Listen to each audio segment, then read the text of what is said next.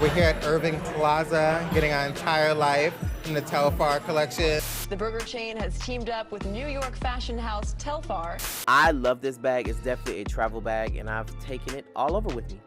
I have 4, as you can see. Do y'all see this? Did y'all see this? Like I'm hot now. Like I'm sweating. So this week, Telfar did something really, really wild. They put their shopping bag, you know, the one that publications are dubbing the quote-unquote Millennial Birkin. Yeah, they put that bag on their website at full stock.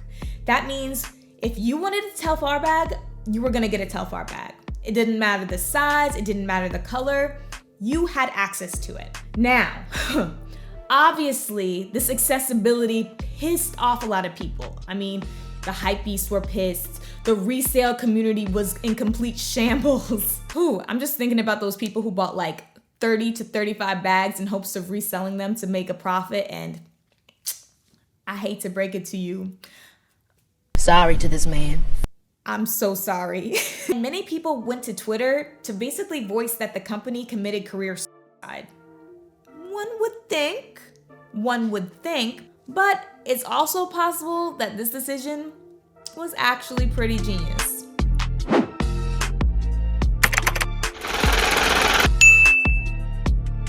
Hey guys, what is up? For those who don't know me, my name's Alana, and I've worked as a journalist and video producer with a focus on music and culture. So if you're into that kind of stuff, please take this time to subscribe to my channel and click that notification bell so you never miss when I post a new video.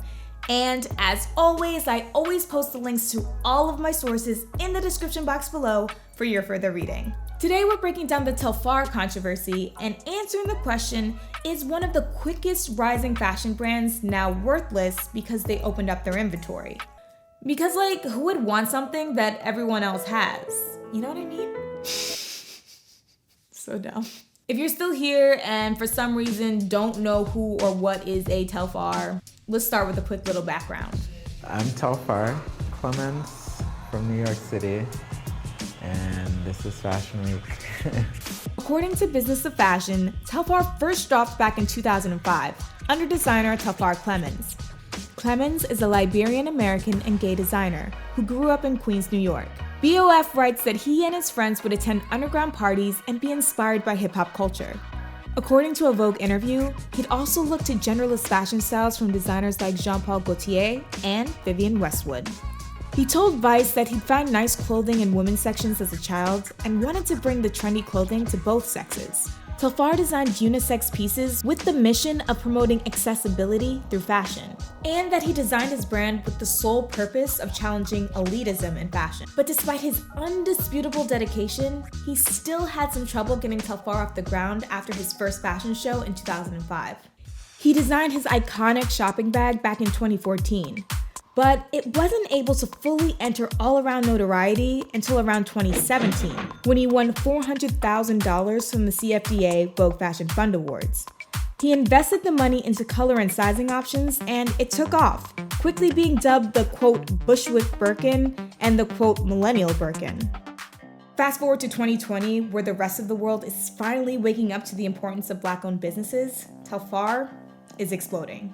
This one is clearly gonna be my favorite because it's a good size, it's black, it's so sexy, it's very sleek looking, still masculine even though it's a bag. This color is absolutely beautiful. One thing about these bags is they've been hard to get. Like, they sell out in a snap of a finger. They sell out so quick, and I think the reason that they sell out, other than the fact that everyone wants one, is that they're kind of easy to obtain. Like, the price point isn't unrealistic. Their bag drop in July almost immediately sold out, but not to lovers of the brand or anything. It was to bots and resellers. While bots buying up goods isn't new, Telfar's response was. In fact, Clemens was pissed, emphasizing that bot buying, which created fake scarcity, was not what their brand was about. So he did something crazy. He did a brand new drop with unlimited inventory just a few weeks later. Now again, the Telfar brand is all about accessibility, These bags, in comparison to other designer bags, are on the lower end, price-wise. Aside from the way the bag looked, from a marketing standpoint, it would seem that the only thing that the bag really had going for it was exclusivity. But when they opened up the inventory, they kind of took that angle away. So what does that mean for the brand? Let's start with a brief overview of how the resale market works in tandem with the original seller.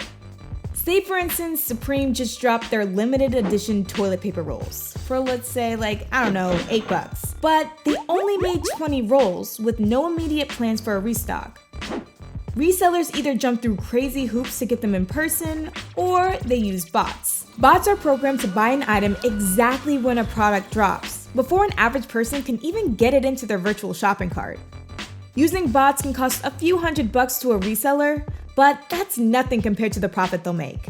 They'll take that toilet paper roll to a third-party selling site and then hike that $8 roll to like $500. And what are you gonna do? You're gonna buy it. You can't go back to Supreme and ask for more. They only made 20. So you're forced to then buy it at a substantially high price point. Resellers collectively have the potential of making more money than the original seller.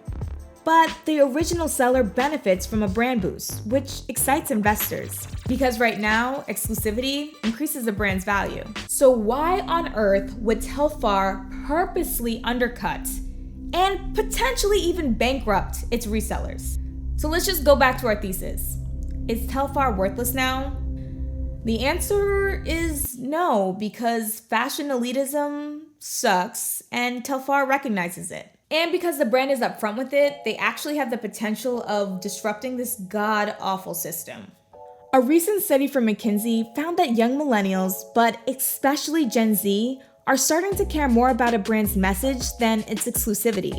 They're more known to mobilize around causes they believe in, have a desire for transparency from the companies they're buying from, and use consumption as a way to express identity.